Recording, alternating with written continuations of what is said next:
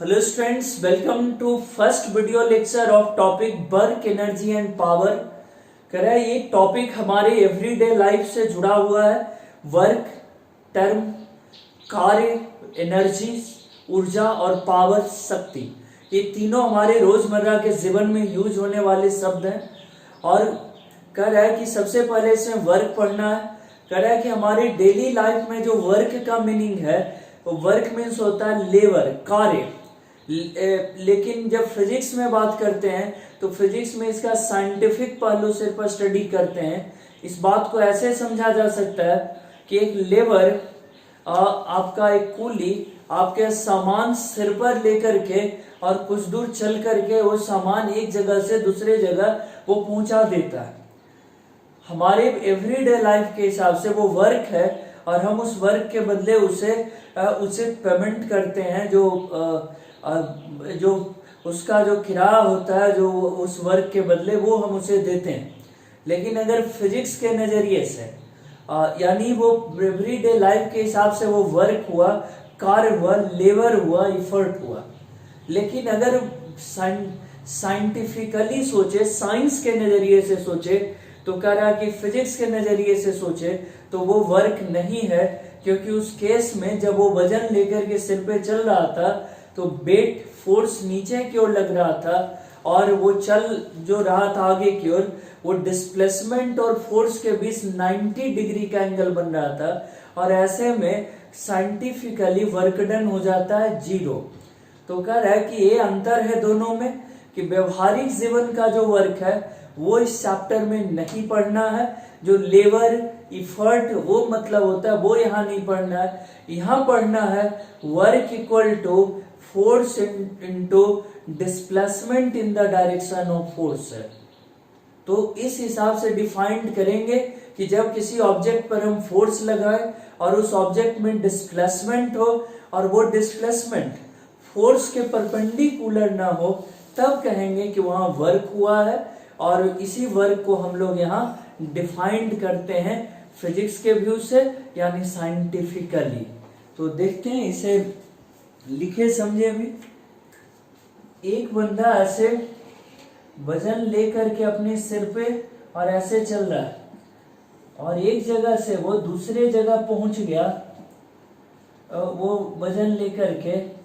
लेकिन यहाँ पर ये डिस्प्लेसमेंट का डायरेक्शन है, इधर की ओर वस्तु चल रहा है डिस्प्लेसमेंट, और इधर लग रहा है फोर्स जो कि वेट के बराबर है mg। दोनों के बीच एंगल यहाँ 90 डिग्री है। तो इस केस में वर्क नहीं होगा, वर्क हो जाएगा कितना, 0। तो इस बात को भी लिखे कि जब किसी बॉडी पर हम फोर्स लगाएं और फोर्स लगाने से बॉडी में डिस्प्लेसमेंट हो और तब उसे वर्क कहते हैं। लेकिन शर्त ही है कि वो डिस्प्लेसमेंट फोर्स के परपेंडिकुलर ना हो, 90 डिग्री पर ना हो। अगर 90 डिग्री पर होगा फोर्स और डिस्प्लेसमेंट, देन वर्क बिकम 0, यानी कहेंगे नो वर्क का केस हो जाएगा वो। उस केस में वर्क नहीं कहलाएगा। तो आगे डिफाइंड करते हैं फिजिक्स को साइंटिफिक वे में कि डिफाइंड करते हैं वर्क को साइंटिफिक वे में फिजिक्स के व्यू से। Work is said to be done by a force when the force produces displacement in the body on which it acts in any direction except perpendicular to the direction of force। तो यही बात तो समझ रहे थे कि जब वस्तु पे लगने वाला फोर्स वस्तु में डिस्प्लेसमेंट उत्पन्न करे और वो डिस्प्लेसमेंट फोर्स के परपेंडिकुलर ना हो, तब कहेंगे कि वर्क डन हुआ है। यानी दो शर्तें होगी, पहला फोर्स अप्लाई होना चाहिए और दूसरी शर्त है कि अप्लाइड फोर्स डिस्प्लेसमेंट उत्पन्न करे और वो डिस्प्लेसमेंट अप्लाइड फोर्स के परपेंडिकुलर ना हो। अगर ऐसा होता है तो उसे कहते हैं कि वर्क हुआ, वर्क डन इस केस में हुआ। जैसे अगर यहाँ एक बॉडी रखें और इस पे फोर्स लग रहा है, फोर्स ऐसे बना है, इधर डिस्प्लेसमेंट हुआ, तो इसका दो केस बनेगा। ये थीटा एंगल है तो इधर कहें एफ कॉस थीटा कंपोनेंट, तो वर्क इक्वल टू हो गया एफ कॉस थीटा और इनटू एस बराबर एफ एस कॉस थीटा और इक्वल टू हो गया एफ डॉट एस, ये आ गया। दूसरी तरफ अगर वर्क बॉडी को इस तरह से हम रखें और रखने के बाद फोर्स लगाए और फोर्स लगाने के बाद एक डिस्प्लेसमेंट बना, तो कह रहा है एस का कंपोनेंट ले लें, एस का कंपोनेंट फोर्स के तरफ, तो भी होगा ये S cos theta. Work equal to F into S cos theta, force into displacement, तो इक्वल टू हो गया एफ डॉट एस। कह रहे दोनों स्थिति में फोर्स के डायरेक्शन में डिस्प्लेसमेंट को लाए या डिस्प्लेसमेंट के लॉन्ग फोर्स को ले जाए, दोनों केस में force into displacement work done देगा। यही इंपॉर्टेंट है समझना, वर्क डन बराबर फोर्स इंटू डिस्प्लेसमेंट। लेकिन फोर्स और डिस्प्लेसमेंट एक अलोंग ना हो तो फोर्स का कंपोनेंट लेते हैं डिस्प्लेसमेंट के अलोंग, या डिस्प्लेसमेंट का कंपोनेंट लेते हैं फोर्स के अलोंग, इस तरह से, और तब उसका प्रोडक्ट निकालते हैं। ये कहलाता है वर्क डन। जो मेन फॉर्मूला हमारा क्या हुआ यहां लिखे, work done equal to force into displacement, और force into displacement force F dot S, F dot S. ये डॉट है, डॉट प्रोडक्ट वाला, वेक्टर में जो पढ़ते हैं डॉट प्रोडक्ट, वो डॉट है। तो यहां सीखे work done equal to force into displacement है।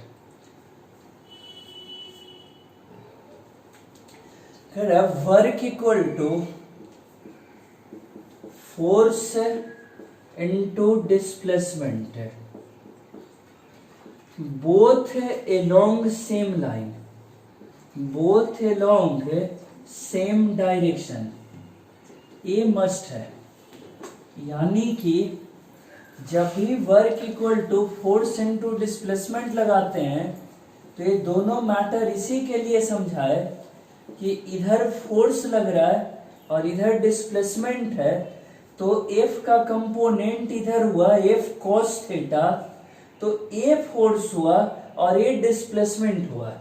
यानी वर्क बराबर जब फोर्स इनटू डिस्प्लेसमेंट लिखें, फोर्स इनटू डिस्प्लेसमेंट, तो एफ कॉस थीटा और डिस्प्लेसमेंट एस, और इसीलिए एफ एस कॉस थीटा, और वेक्टर फॉर्म में लिखें तो एफ डॉट एस है। यही चीज दूसरे वे में समझे, फोर्स लग रहा है एफ, डिस्प्लेसमेंट है एस, एंगल है थीटा, तो इधर हो गया एस कॉस थीटा, इसका कंपोनेंट एस का कंपोनेंट लिए S cos theta. Work done बराबर फिर से लगाए फोर्स इनटू डिस्प्लेसमेंट, पढ़े थे कि दोनों सेम डायरेक्शन में होना चाहिए, तो F into S cos theta, देखिए F into S cos theta,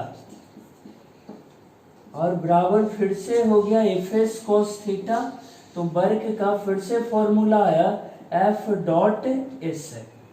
तो एक स्पेशली जोर देकर समझने वाली बात है, वो छोटा बात है, बट इनिशियल में ही कहीं कमजोर पड़ गया तो पूरा चैप्टर दिक्कत करता है। तो कह रहा है कि ये समझना जरूरी था एफ एस कॉस थीटा का दो जो अरेंजमेंट है, ये दोनों किस तरह से होता है। सीखे यहाँ पर कि F S cos force into displacement में दोनों एक ही डायरेक्शन में हो, तो फोर्स का कंपोनेंट तोड़े डिस्प्लेसमेंट के लॉन्ग, या डिस्प्लेसमेंट का लॉन्ग तोड़े फोर्स के लॉन्ग, दोनों ही केस में वर्क डन आ गया F S cos theta F dot S है, एफ डॉट एस है। स्पेशल केस देखें वर्क एनर्जी के फॉर्मूला का, when theta equal to 90 degree, यानी फोर्स और डिस्प्लेसमेंट दोनों 90 डिग्री पर हो, तब वर्क डन क्या होगा? W equal to F S cos 90, cos 90 degree का कितना? 0, तो टोटल वर्क डन कितना हो गया? 0। Example, work done in carrying ऐसे work done by gravity in carrying goods.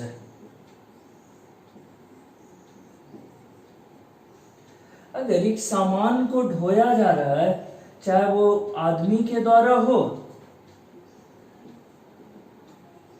और या फिर किसी गाड़ी पे रख करके ढोया जा रहा हो, कह रहे हर स्थिति में जो डिस्प्लेसमेंट है इधर की ओर है, ये देखिए डिस्प्लेसमेंट, और वेट किधर की ओर लग रहा है? नीचे, mg, ये हो गया फोर्स, यही वेट, दोनों के बीच का एंगल कितना डिग्री है? 90 डिग्री। तो वर्क डन कितना हो जाएगा इस केस में? Work done is equal to 0, यानी इस केस में कोई वर्क डन नहीं होगा। अगर एक ऑब्जेक्ट को सिर पे लेके या किसी गाड़ी पे रख के आप आगे की ओर ले जा रहे हैं, डिस्प्लेसमेंट हो रहा है, लेकिन वेट जो है उसका फोर्स नीचे की ओर लग रहा है और दोनों के बीच 90 डिग्री है, इसीलिए वर्क डन कितना हो जाएगा? तो कह रहे इस केस में वर्क डन हो जाएगा 0। और एग्जाम्पल भी देखते हैं। इसी सिचुएशन को नॉर्मल फोर्स के वर्क डन के लिए एनालाइज करें। ये बॉडी रखा हुआ है, इस पे ऊपर की ओर नॉर्मल फोर्स लग रहा है, बॉडी का डिस्प्लेसमेंट इधर हो रहा है, तो कह रहा है कि इस केस में ये हो गया नॉर्मल फोर्स है।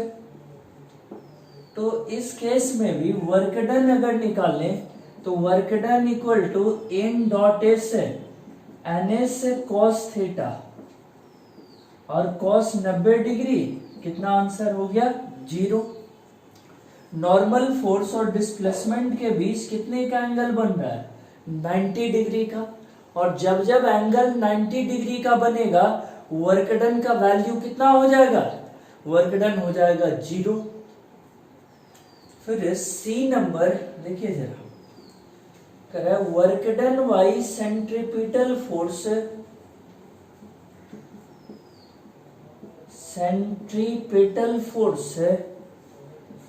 In circular motion.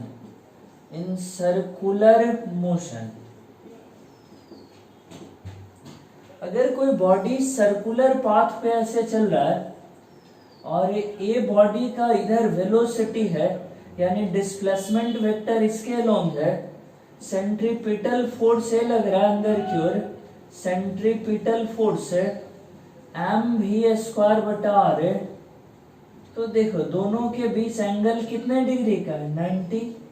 तो वर्क डन बराबर fc.s, तो ये आ जाएगा कितना? 0। दोनों 90 डिग्री पे है, और जब जब 90 डिग्री पर हो तब तब वर्क डन कितना हो जाता है? 0। तो यह स्पेशल केस 1 हुआ कि जब फोर्स और डिस्प्लेसमेंट दोनों परपेंडिकुलर हो एक दूसरे के, तो उस केस में वर्क डन कितना हो जाएगा? वर्क डन 0 हो जाएगा। व्हेन डिस्प्लेसमेंट इज 0, केस 2 में इसका स्टडी करते हैं कि वर्क डन इक्वल टू पढ़े F S cos theta, S 0 हो जाए तो बाकी कुछ भी रहे तो वर्क डन क्या हो गया? 0। तो कह रहा है कोई बॉडी है, इस पे हम फोर्स भी लगा रहे हैं लेकिन उसमें डिस्प्लेसमेंट उसके चलते नहीं हो रहा है, जैसे ये नॉर्मल फोर्स लगा है, तो इस केस में डिस्प्लेसमेंट क्या है? 0। तो वर्क डन इस केस में क्या हो गया? एन डॉट एस, यानी एन एस कॉस। तो कह रहा है कि इस केस में थीटा जो भी रखे हम लोग, जब एस ही 0 हो गया तो कह रहा है कि टोटल वैल्यू डायरेक्टली क्या कर देंगे, 0। तो कह रहा है कि in this case work done is 0, work done is 0, work done is 0। अब कह रहा है कि नेक्स्ट केस है, केस थर्ड, व्हेन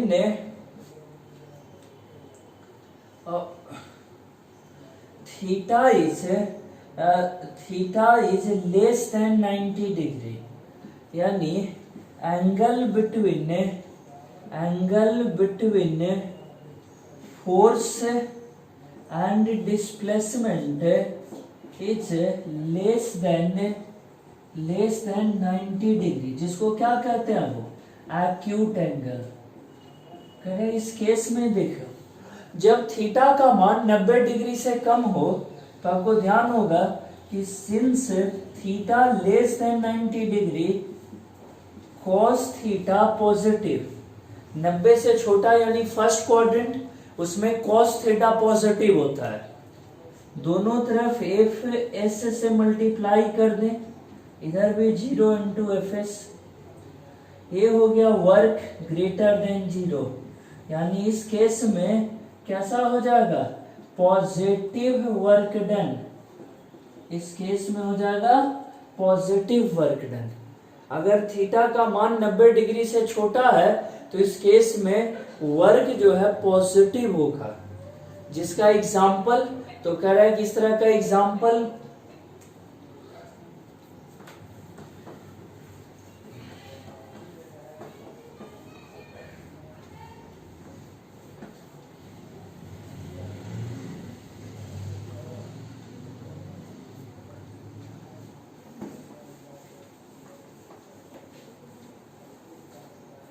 देखिए इस तरह इसमें एग्जाम्पल कर रहा है कि अगर कोई बॉडी इस तरह रखा हुआ है जमीन पे, फोर्स लगा रहे हैं, F इक्वल टू है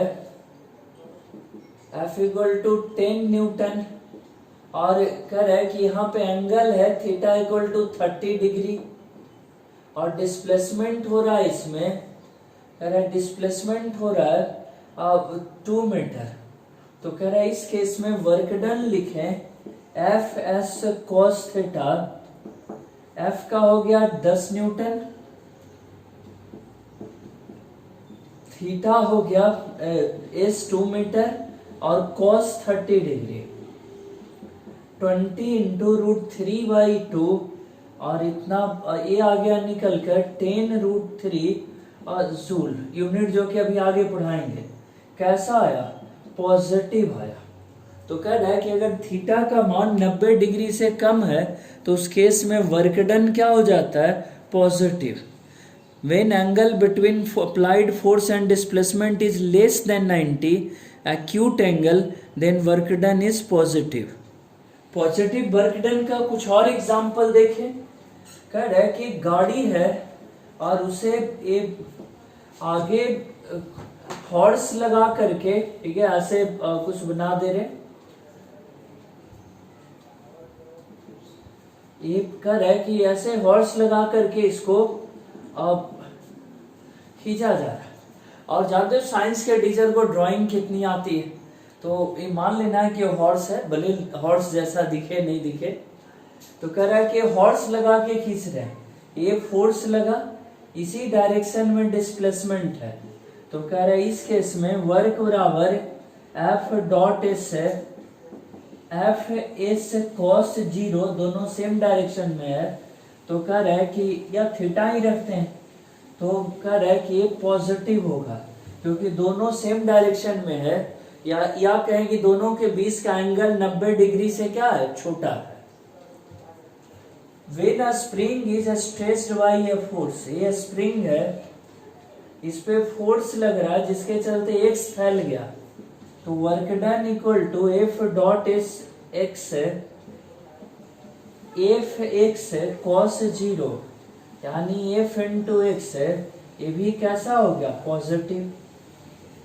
लोड इज लिफ्टेड, मान लो हम कोई भी चीज को ऊपर की ओर ऐसे टेंशन से लिफ्ट कर रहे हैं, कर रहा है ऊपर की ओर फोर्स लगा रहे हैं, और इस फोर्स के चलते इसमें कितना डिस्प्लेसमेंट हो रहा है, h ऊपर की ओर। तो work done equal to F dot S है, तो एफ इंटू एच और इंटू कॉस 0, तो एफ एच ये भी कैसा हो गया, पॉजिटिव। तो ये सीखे कि जब भी और डायरेक्ट फोर्स का डायरेक्शन और वर्क डिस्प्लेसमेंट के बीच एंगल 90 से छोटा होगा, एक्यूट एंगल होगा, तो वर्क डन होगा 0, जो कई बार सुने अब, तो इतना आप समझ सकते हैं, सीख सकते हैं इजिली। केस 4 देखते हैं, जब थीटा ग्रेटर देन 90 डिग्री हो, यानी angle between force and displacement is greater than 90 degree, obtuse angle, obtuse angle, obtuse angle.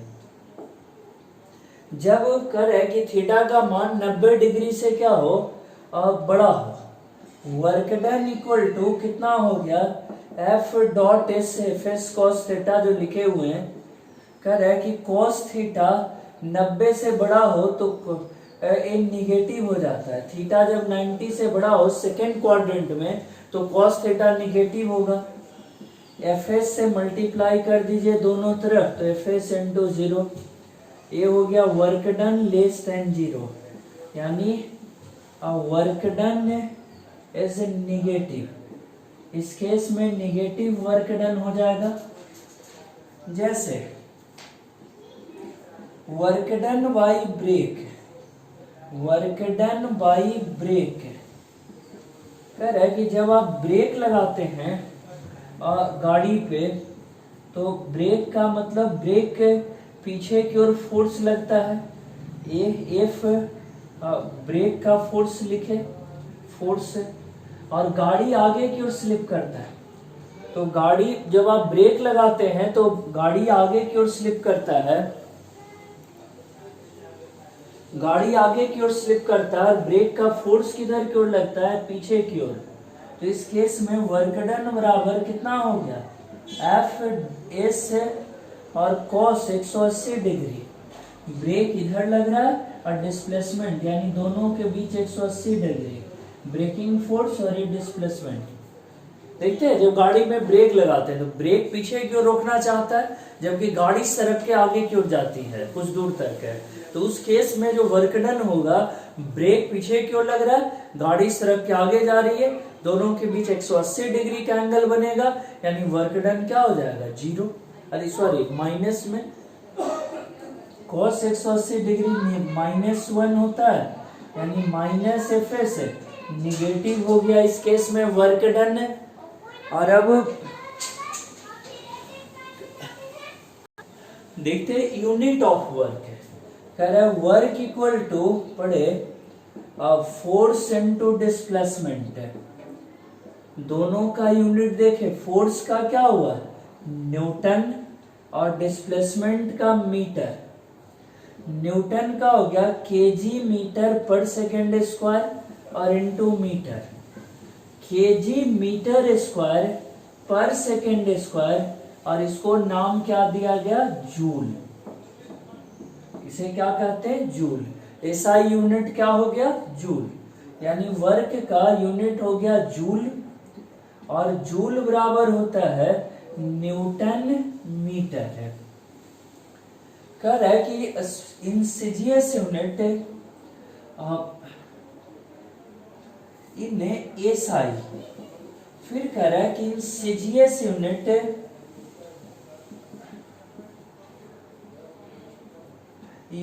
Is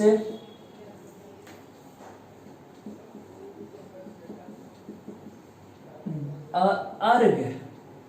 अर्ग इक्वल टू कितना होता है, अर्ग, अर्ग हो गया वो ग्राम सेंटीमीटर स्क्वायर और बटा सेकेंड स्क्वायर, ग्राम सेंटीमीटर स्क्वायर बटा, जब सब कुछ सेंटीग्रेड ग्राम और सेकंड के रूप में लिखें तो उसे सीजीएस यूनिट कहते हैं, जो आप जानते हो।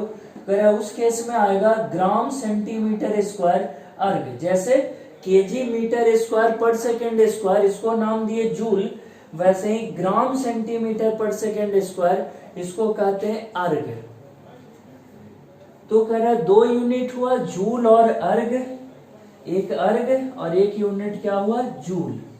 दोनों में रिलेशन क्या होगा, एक जूल बराबर 1 kg मीटर स्क्वायर पर सेकेंड स्क्वायर। केजी को बदल दीजिए ग्राम में, 1000 ग्राम, देखें मीटर को बदलें तो 100 सेंटीमीटर स्क्वायर और बटा हो गया second square. 10 to the power 1 joule बराबर 10 to the power 7 gram centimeter square second square, यानी 10 टू द 7 अर्ग। लिखे इतना, 1 joule equal to 10 to the power 7 erg, ये फॉर्मूला है। अगर जूल और अर्ग के रिलेशन की बात करें तो 1 joule equal to 10 to the power 7 erg. और इसका अब कोई यूज नहीं है, तो पहले से जो लिखा हुआ था वो कैरी हो रहा है, ठीक है, उसको हम हटा देते हैं, उसका कोई यूज नहीं है यहाँ समझने में। 1 joule equal to 10 to the power 7 erg. Work का यूनिट हुआ जूल, केजी मीटर स्क्वायर पर सेकेंड स्क्वायर, या कहें newton into meter. Small unit की बात करें सेंटीग्रेड, ग्राम और सेकेंड सीजीएस यूनिट, तो उसमें आ गया ग्राम सेंटीमीटर स्क्वायर पर सेकेंड, जिसको अर्ग कहते हैं शॉर्ट में। 1 जूल बराबर 1 केजी मीटर स्क्वायर पर सेकेंड स्क्वायर, तोड़े सब केजी को ग्राम, मीटर को सेंटीमीटर, इतना आया, यानी 10 टू दी पावर 7 अर्ग। और उल्टा करके बोल दें 1 अर्ग इक्वल टू, तो 10 टू दी पावर -7 जूल। तो ये भी एक रिजल्ट की तरह याद रखेंगे कि 1 अर्ग इक्वल टू कितना हो जाएगा, 10 टू दी पावर -7, ये हो गया जूल। डायमेंशन देखें इसका, और इसका एक और यूनिट होता है, अब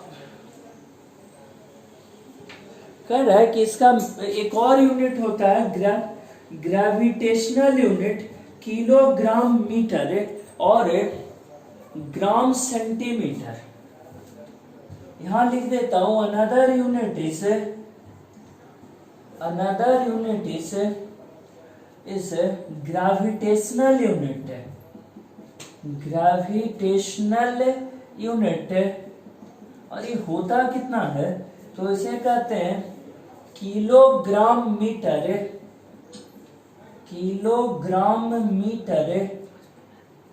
या कहते हैं ग्राम सेंटीमीटर। कह रहा किलोग्राम मीटर या कहते हैं ग्राम सेंटीमीटर। 1 किलोग्राम मीटर बराबर होता है 9.8 joule. 1 kilogram meter equal to हो गया 9.8 जूल। तो भी ग्रेविटेशनल यूनिट है जो कम यूज में आता है, बट सीखना जानना इसको भी जरूरी था, तो सीखे। 1 gravitational unit is kilogram meter, 1 kilogram meter equal to 9.8 joule. अब देखते हैं इसका डायमेंशन। डायमेंशन देखें जरा,